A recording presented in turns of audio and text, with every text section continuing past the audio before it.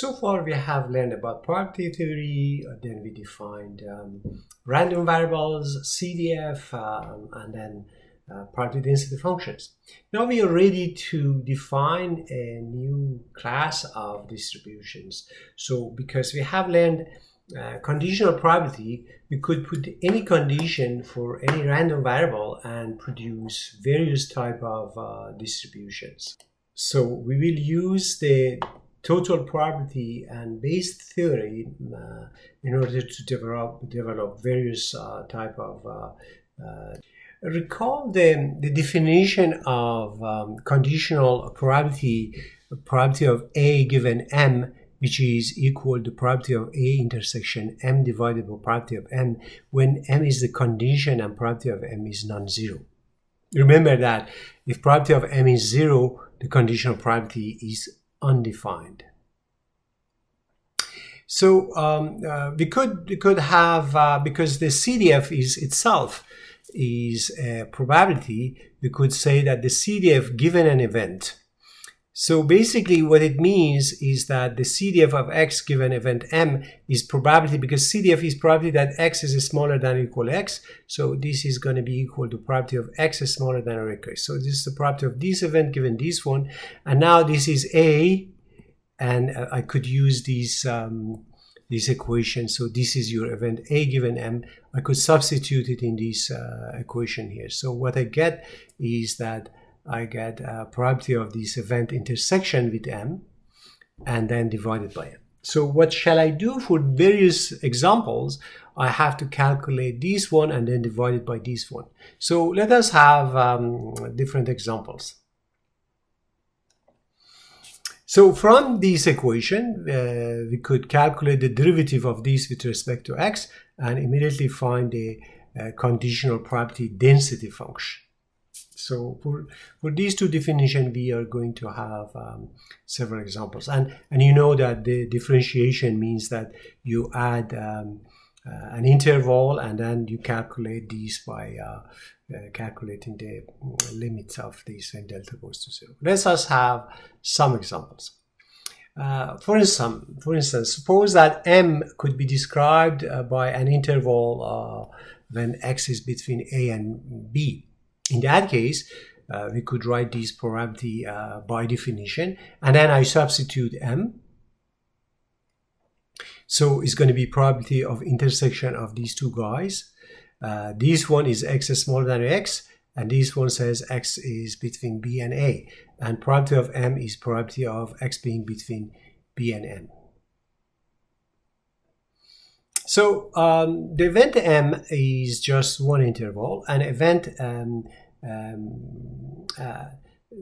the first event X is smaller than X. If I assume that this X is somewhere here, suppose that your X is somewhere here and X is smaller than B, then the event X is smaller than X will become something like that. So you see that the blue area has no intersection with the red area. So in that case, this intersection of that, by the way, this and means intersection. So in that case, this event is empty. Now you could consider another case that this X is somewhere here. Let's say if X is here. Now this event is the green area, and the intersection of the green and red will become X. This random variable X should be smaller than or equal to X, but it should be bigger than B. So this is the green area, so we'll have for these.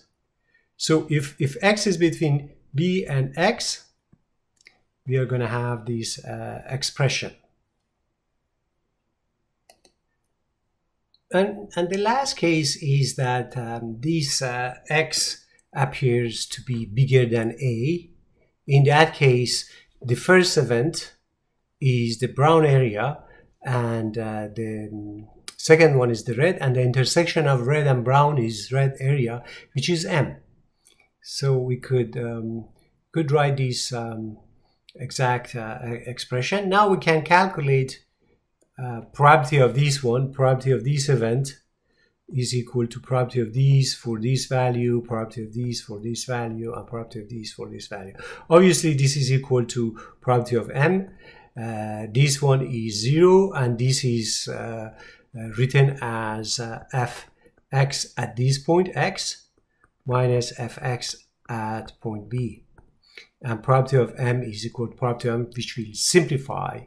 So I could divide these by property of m and get my conditional distribution.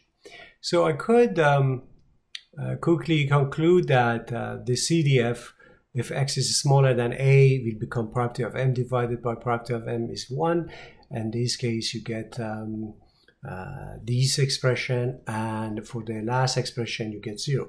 So you could calculate derivative of this one with respect to x and get a conditional PDF. So what I suggest is always to follow these steps and do not try to write the final answer, because you may make a mistake very easily. Now, in this expression, derivative of 1 with respect to x is 0, derivative of 0 with respect to x is 0, and this function, this guy is the only one which has non-zero derivative, and the derivative of the CDF is PDF. So what we could get quickly is that if x is bigger than a, you get the PDF 0. If x is between a and b, you get this PDF, and so on. So what we can see here is that the PDF, the conditional PDF is equal to unconditional PDF multiplied by this number. And this number is 1 divided by fx of a minus fx of b is smaller than, the denominator is smaller than 1. So 1 over that is bigger than 1. So this is scaling this up. So outside of the interval below above a and below a, your PDF, which was not 0 without condition, becomes 0. And here also becomes 0. Because you cut this area off, you have to scale up this area to make the total area to remain equal to and this is intuitively what we expect.